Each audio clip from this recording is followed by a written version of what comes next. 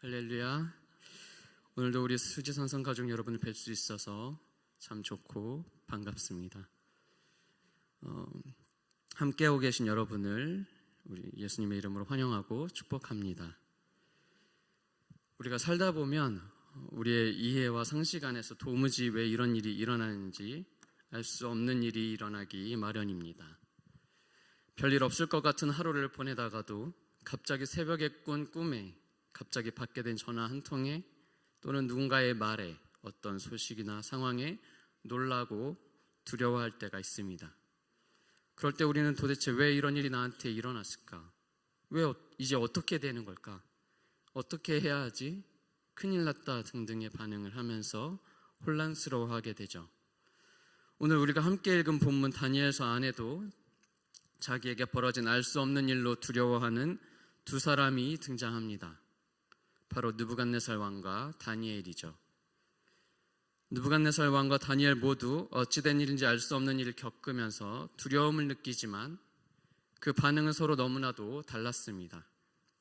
오늘은 이 두 인물의 반응을 통해서 우리 삶에 그러한 알 수 없는 일들, 우리가 전혀 해결할 수 없는 상황을 겪게 될 때 어떻게 해야 할지 얘기해 보고자 합니다. 먼저 느부갓네살 왕과 다니엘의 반응이 어떻게 다른지 비교해 보겠습니다. 그러려면 오늘 함께 읽은 본문의 상황을 촉발시킨 사건을 먼저 간단하게 언급해야 할 것 같아요. 2장 1절부터 23절 안에 기록된 사건입니다. 바벨론의 통치자 느부갓네살 왕이 즉위한 지 2년이 됐을 때 어느 날 느부갓네살 왕이 꿈을 꿉니다. 그런데 그 꿈이 신경 쓰여 느부갓네살 왕은 잠을 잘 수 없었어요. 그냥 개꿈이겠거니 하면서 무시하게도 껄끄럽고, 그럴 수도 없었던 게 그 당시 시대의 꿈은 신이 사람과 소통하는 수단으로 여겨졌기 때문입니다. 느부갓네살 왕은 자신이 꾼 심상치 않은 꿈의 의미를 알기 위해 박수와 술객과 점쟁이와 갈대아 술사들을 불러 모아요. 한데 모인 박수와 술객과 점쟁이와 갈대아 술사들에게 자신이 꾼 꿈의 내용과 뜻을 알게 하라고 명령하죠. 느부갓네살 왕의 명령을 받은 바벨론의 지혜자들이라 불리는 이 무리들은 난처해합니다. 아무리 바벨론에서 지혜자들이라 불리는 박수와 술객과 점쟁이, 술사들이라고 해도 꿈의 내용을 알지 않고서 꿈을 해몽하는 건 불가능한 일이었거든요. 마치 문제도 모르는데 답을 맞히라고 하는 것처럼 그런 말도 안 되는 일이었습니다. 결국 바벨론의 지혜자들은 신이 아니고서야 왕이 꾼 꿈과 그 해석을 내놓을 수 있는 사람은 이 세상에 아무도 없다고 대답합니다. 느부갓네살 왕은 지혜자들의 대답을 듣고 분노에 휩싸여 바벨론의 모든 지혜자들을 죽이라고 명령하죠. 느부갓네살의 꿈으로 인해 바벨론의 지혜자들과 다니엘과 그의 친구들까지 모두 죽게 될 운명에 처하면서 벌어지는 상황이 오늘 본문 말씀입니다. 여기서 느부갓네살 왕이 알 수 없는 일을 겪었을 때 보인 반응을 두 가지로 정리해 볼 수 있는데요. 첫 번째는 세상에 의지했다는 것이고, 두 번째는 분노하며 세상을 탓하면서 주변에 피해를 준다는 겁니다. 이렇게 알 수 없는 일을 겪었을 때 세상을 의지하면 도리어 아무 해결도 받지 못해 실망하게 되고, 실망한 곳 세상에 대한 원망과 분노로 주변에 큰 피해를 주는 결과로 이어지게 됩니다. 극단적인 예이긴 하지만 우리가 뉴스에서 접할 수 있는 살인이나 폭력 사건들 중에서 그런 경우들을 종종 볼 수 있죠. 자신의 삶에 일어난 일을 받아들이지 못하거나 세상에 실망한 분노로 누군가의 생명을 해치는 데까지 이르게 되는 사람들 말입니다. 그런 사람들에게 생명을 잃게 된 사람들의 안타까운 소식을 접할 때가 있습니다. 요즘 들어 점점 그런 소식들이 많아지는 것 같아 안타까워요. 느부갓네살의 반응은 세상에 분노하고 억울해하며 세상을 탓하는 파괴적인 결과를 낳았습니다. 우리 모두가 인생에 우리의 상식과 이해력으로는 도무지 알 수 없는 일을 한 번쯤은 겪게 될 때가 있을 텐데, 그럴 때 느부갓네살 왕과 같은 우를 범하지 않으려면 어떻게 해야 할까요? 느부갓네살 왕과 같은 알 수 없는 일 앞에 다니엘은 어떻게 반응했는지 살펴보면서 그 답을 찾아가 보도록 하겠습니다.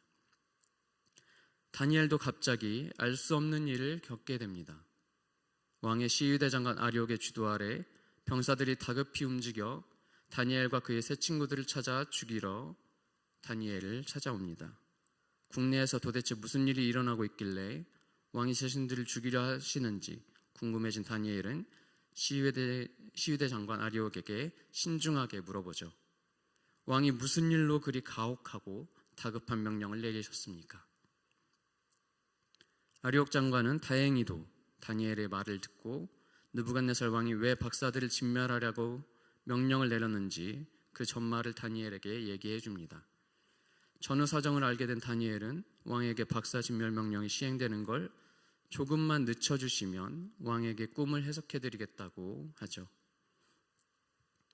여기서부터 다니엘이 알 수 없는 일로 두려움을 느낄 때 느부갓네살 왕과는 다르게 반응하는 걸 알 수 있습니다. 느부갓네살 왕은 알 수 없는 꿈을 꾸자 괴로워서 세상 지식을 의지했습니다. 답을 얻으려 바벨론의 지혜자들을 찾았죠. 반면 다니엘은 영문도 모르고 죽게 될 위기 앞에서 세상 지식이 아니라 하나님을 의지했습니다. 이게 바로 우리가 알 수 없는 일로 두려울 때 취해야 할 첫 번째 반응입니다. 은밀한 것을 나타내시는 하나님을 의지하라는 겁니다. 다니엘은 느부갓네살 왕에게 시간을 달라고 부탁한 뒤에 친구들에게 당면한 위기를 알리고 하나님께 위기를 넘길 수 있게 해주시라고 함께 기도합니다. 2장 17절부터 19절입니다. 이에 다니엘이 자기 집으로 돌아가서 그 동무 하나냐와 미사엘과 아사랴에게 그 일을 고하고 하늘에 계신 하나님이 이 은밀한 일에 대하여 긍휼히 여기사 자기 다니엘과 동무들이 바벨론의 다른 박사와 함께 죽임을 당치 않게 하시기를 그들로 구하게 하니라. 이에 이 은밀한 것이 밤의 이상으로 다니엘에게 나타나 보임에 다니엘이 하늘에 계신 하나님을 찬송하니라. 아멘. 다니엘이 친구들과 모여 죽음의 위기 앞에 하나님께서 긍휼히 여겨주시기를 부르짖어 기도하자 그때까지는 알 수 없었던 은밀한 것이 밤의 환상으로 다니엘에게 나타났습니다. 느부갓네살 왕의 꾼 꿈의 내용이 무엇인지를 하나님께서 다니엘에게 보여주신 겁니다. 이처럼 우리도 우리 삶에 도무지 알 수 없는 일로 두려움이 몰려올 때 하나님을 의지하고 아버지 앞에 부르짖어 기도해야 합니다. 우리 삶에 알 수 없는 일, 은밀한 것들의 원인과 의미를 하나님께서는 모두 알고 계시고 모든 인생과 모든 세상사를 주관하고 계시기 때문입니다. 하나님께서 예레미야 선지자에게 이렇게 계시하셨습니다. 예레미야 33장 2절부터 3절입니다. 이를 행하는 여호와, 그것을 지어 성취하는 여호와, 그 이름을 여호와라 하는 자가 이같이 이르노라. 너는 내게 부르짖으라. 내가 내게 응답하겠고 내가 알지 못하는 크고 비밀한 일을 내게 보이리라. 아멘. 하나님께서 하신 약속은 신실하며 지금도 유효합니다. 하나님께서는 언제든 부르짖는 자에게 응답해 주십니다. 우리가 하나님 아버지께 부르짖을 때 우리가 알지 못하는 일, 비밀한 일, 은밀한 것들을 우리의 구원을 위해 밝혀주시고 알게 해주십니다. 지금 삶에 알 수 없는 일로 두렵고 고통을 겪고 계신 분 혹시 계신가요? 그렇다면 간절한 마음으로 부르짖어 기도해 봅시다. 집에서 부르짖기 어렵다면 언제든 교회 지하 1층 본당에 나와 부르짖어 기도해 봅시다. 나를 불쌍히 여겨주시라고, 이 영문 모를 일, 답답한 일, 두려운 일, 알 수 없는 일이 왜 일어난 건지 어떻게 해야 되는지 좀 알려주시라고 부르짖어 기도해 봅시다. 시간이 걸릴지라도 다니엘의 부르짖음에 응답해 주신 하나님께서 우리의 부르짖음을 들으시고 분명히 응답해 주실 겁니다. 하나님께서 다니엘의 기도에 천사를 보내셔서 이렇게 말씀하셨습니다. 다니엘 10장 12절부터 14절입니다. 그가 내게 이르되 다니엘아 두려워하지 말라. 내가 깨달으려 하여 내 하나님 앞에 스스로 겸비케 하기로 결심하던 첫날부터 내 말이 들으신 바 되었으므로 내가 내 말로 인하여 왔느니라. 그런데 바사국군이 21일 동안 나를 막았으므로 내가 거기 바사국 왕들과 함께 머물러 있더니 군장 중 하나 미가엘이 와서 나를 도와주므로 이제 내가 말일에 내 백성이 당할 일을 내게 깨닫게 하러 왔노라. 아멘. 부르짖은 즉시 또는 내가 원하는 때 내가 기다릴 수 있는 동안 응답이 오지 않았다고 실망할 필요 없습니다. 다니엘도 금식하고 애곡하며 기도한 지 21일 만에야 하나님께서 보내신 천사로부터 응답을 받을 수 있었습니다. 우리가 기도하면 하나님과 우리 사이에 소통이 일어나는데 사탄들은 우리가 하나님과 가까워지는 걸 굉장히 싫어합니다. 그렇기 때문에 사탄은 우리가 기도 응답을 받지 못하게 하기 위해 방해를 해요. 다니엘에게 보냄받은 천사도 21일 동안 방해를 받았다고 밝히고 있습니다. 우리가 기도할 때 하늘에서는 영적인 전쟁이 일어난다는 사실을 알 수 있습니다. 그 사실을 기억하며 알 수 없는 일을 겪게 될 때 부르짖어 기도하고 응답을 기다릴 수 있는 우리 수지산성 가족 여러분이 되시기를 간절히 소망합니다. 저도 알 수 없는 일로 두려울 때가 있습니다. 있는 정도가 아니라 아주 많아요. 언제인지 아시나요? 바로 이렇게 여러분 앞에서 말씀을 전해야 할 때입니다. 정말 두렵습니다. 그날그날 하나님의 말씀을 지금 우리 수지산성교회와 성도 여러분들의 상황과 필요에 맞게 어떻게 풀어내야 할까? 정말 말씀을 전하려고 준비할 때마다 저로서는 알 수 없는 이 일로 인해서 매번 하나님 아버지를 붙들 수밖에 없습니다. 제가 신학 박사도 아니고 아는 게 뭐 얼마나 있겠습니까? 그래서 매번 말씀 전하는 기회가 정해지면 그때마다 하나님 아버지께 성도분들에게 먹일 말씀을 주시라고 부르짖으며 기도할 수밖에 없어요. 저를 위해서가 아니라 주님의 양떼인 여러분들을 위해서, 주님의 양떼인 여러분, 우리 성도들에게 먹일 양식을 주시라고 매번 붙들며 기도합니다. 양떼의 주인이자 목자 되시는 주님이 주시지 않으면 저는 할 수 있는 게 없어요.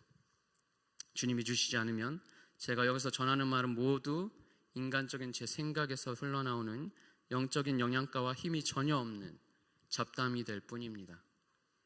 영혼을 살리는 일이기 때문에 영적인 방해도 많습니다. 저를 비롯해서 우리 목사님들이 설교 앞두고 말씀 달라고 기도할 때 사탄들이 얼마나 싫어하겠어요. 그래서 다니엘이 친구들에게 그랬던 것처럼 저도 이 자리에서 우리 성도 여러분들께 간절히 부탁을 드립니다. 예배 전에 말씀을 전하실 목사님들을 위해서 간절히 기도해 주세요. 그것이 우리 모두가 사는 길이고 생명을 얻는 길입니다. 다니엘처럼 알 수 없는 일로 두려울 때 가장 먼저 할 일은 하나님께 부르짖어 기도하는 겁니다. 하나님께 나를 불쌍히 여겨주셔서 내게 닥친 이 알 수 없는 일이 무엇은 일인지 알려주시라고 부르짖을 때 은밀한 것을 나타내시는 하나님께서 그 일이 무슨 일이고 왜 일어났는지 무엇을 위함인지 밝히 깨닫게 해주실 겁니다. 그렇게 하나님께 부르짖어 느부갓네살 왕이 꾼 꿈과 그 뜻에 대해 계시를 받은 다니엘은 하나님께 감사와 찬양을 드리고 본격적인 행동을 개시합니다. 여기서 우리가 알 수 있는 일로 두려울 때 취해야 할 두 번째 반응을 발견할 수 있습니다. 은밀한 것을 나타내시는 하나님을 신뢰하라는 겁니다. 다니엘은 가장 먼저 시위대장관 아리옥을 찾아갑니다. 느부갓네살 왕에게 바로 갈 수 있었지만 그렇게 하지 않고 바벨론 박사 진멸 명령을 실행할 책임을 지고 있는 아리옥 장관을 먼저 찾아가요. 24절입니다. 이에 다니엘이 왕이 바벨론 박사들을 멸하라 명한 아리옥에게로 가서 이르매 그에게 이같이 이르되 바벨론 박사들을 멸하지 말고 나를 왕의 앞으로 인도하라. 그리하면 내가 그 해석을 왕께 보여드리리라. 다니엘은 조금이라도 지체했다가는 자신이 죽을지도 모를 다급한 상황이었지만 굉장히 신중하게 움직이고 있습니다. 다니엘이 아리옥 장관을 먼저 찾아간 데에는 아리옥 장관도 살리기 위해서였습니다. 만약 다니엘이 아리옥 장관을 무시하고 느부갓네살 왕에게 바로 갔다면 아리옥 장관은 왕의 명령을 실행하지 않고 태만히 행했다는 이유로 목숨이 위태롭게 될 수 있었어요. 다니엘은 그런 왕궁의 질서를 잘 알고 아리옥 장관이 위험에 빠지지 않도록 자신과 친구들 또 바벨론의 모든 지혜자들뿐만 아니라 아리옥 장관까지도 살리고자 그를 먼저 찾아가는 결정을 한 겁니다. 느부갓네살의 모든 행동의 동기는 정복하고 파괴하고 죽이는 데 있었지만 다니엘의 모든 행동의 동기는 오로지 살리는 데 있었다는 걸 알 수 있습니다. 예수님의 희생으로 구원받은 우리도 다니엘처럼 모든 판단과 행동의 동기를 오로지 구원하고 살리는 데 두고 살아야 합니다.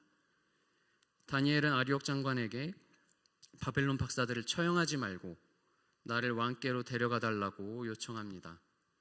그렇게 해주면 내가 왕의 꿈을 해석해 보여드리겠다고 말하죠.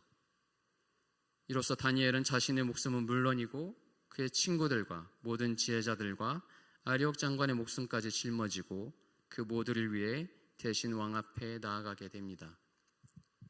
다니엘이 만약 느부갓네살 왕의 꿈 내용을 알아맞히지 못하거나 해석을 잘못하게 되면 다니엘부터 그 친구들과 바벨론의 지혜자들은 물론이고 다니엘을 왕에게 소개한 아리옥 장관도 살아남지 못하게 되겠죠. 이건 다니엘이 평소에 아리옥 장관에게 신뢰받지 못했다면 불가능한 일이었을 거예요. 다니엘이 그렇게 신뢰받을 수 있었던 이유는 포로로 잡혀간 상황에서도 압제자인 바벨론 사람들에게 원한이나 증오를 품지 않고 좋은 관계를 맺으며 맡은 자리에서 충실하게 살아낸 덕분이었습니다. 원수였던 우리를 죽기까지 사랑하신 예수님의 사랑 안에 사는 우리들도 우리를 억압하고 힘들게 하는 이들에게 원한이나 증오가 아닌 섬김과 사랑으로 대하며 살아야 합니다. 다니엘은 아무도 알 수 없는 꿈의 내용과 뜻을 알게 해주신 하나님을 신뢰했습니다. 다니엘이 모두를 위해 스스로를 희생하여 나를 왕 앞으로 데려가 달라고 아리옥 장관에게 요청할 수 있었던 이유는 하나님이 알려주신 꿈의 내용과 해석이 확실하다고 믿었기 때문입니다. 은밀한 것을 나타내신 하나님께서 알려주신 꿈의 내용과 해석을 가지고 느부갓네살 왕에게 나아가면 모두를 살릴 수 있다는 믿음이 있었기 때문이죠. 이처럼 우리도 삶에 알 수 없는 일로 두려울 때 하나님께 부르짖어 받은 응답의 말씀과 해석을 믿고 내가 처한 상황과 관계 속에서 먼저 십자가를 지고 희생할 때 나도 살고 이 일에 관계된 모두를 살릴 수 있는 길을 열 수 있습니다. 은밀한 것을 나타내시는 하나님께서 내가 하나님을 의지하고 구원의 십자가를 지기 구원의 문을 열어주기 시작하십니다. 하나님께서는 우리를 구원의 문으로 쓰시기를 원하고 계시다는 사실을 기억하고 은밀한 것을 나타내시는 하나님을 신뢰하며 십자가의 순종까지 나아갑시다. 은밀한 것을 나타내시는 하나님을 신뢰하며 아리옥 장관에게 느부갓네살 왕을 뵐 수 있도록 해주기를 청한 다니엘은 마침내 느부갓네살 왕 앞에 다다르게 됩니다. 다니엘은 아리옥 장관을 통해 느부갓네살 왕 앞에 감으로 인해서 아리옥 장관의 생명을 살릴 수 있었습니다. 아리옥 장관은 신중하고 희생적인 다니엘 덕분에 느부갓네살 왕의 꿈을 해석할 수 있도록 한 1등 공신이 될 수 있었습니다. 이제 다니엘은 느부갓네살 왕 앞에서 두렵지만 용기를 내 모두를 살릴 수 있는 그 알 수 없는 꿈과 그 꿈의 해석을 밝히려고 합니다. 이제 우리가 알 수 없는 일로 두려울 때 취해야 할 세 번째 반응을 발견할 수 있는데요. 마지막 반응이죠. 세 번째, 은밀한 것을 나타내시는 하나님을 증거하라는 겁니다.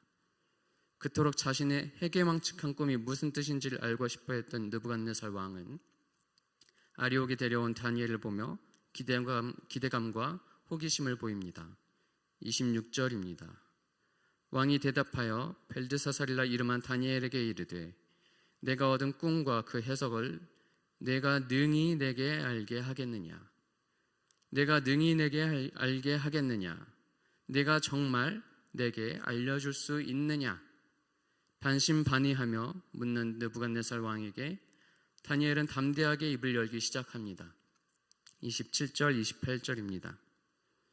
다니엘이 왕 앞에 대답하여 가로되 왕의 물으신 바 은밀한 것은 박사나 술객이나 박수나 점장이가 능히 왕께 보일 수 없으되 오직 은밀한 것을 나타내실 자는 하늘에 계신 하나님이시라. 그가 느부갓네살 왕에게 후일에 될 일을 알게 하셨나이다.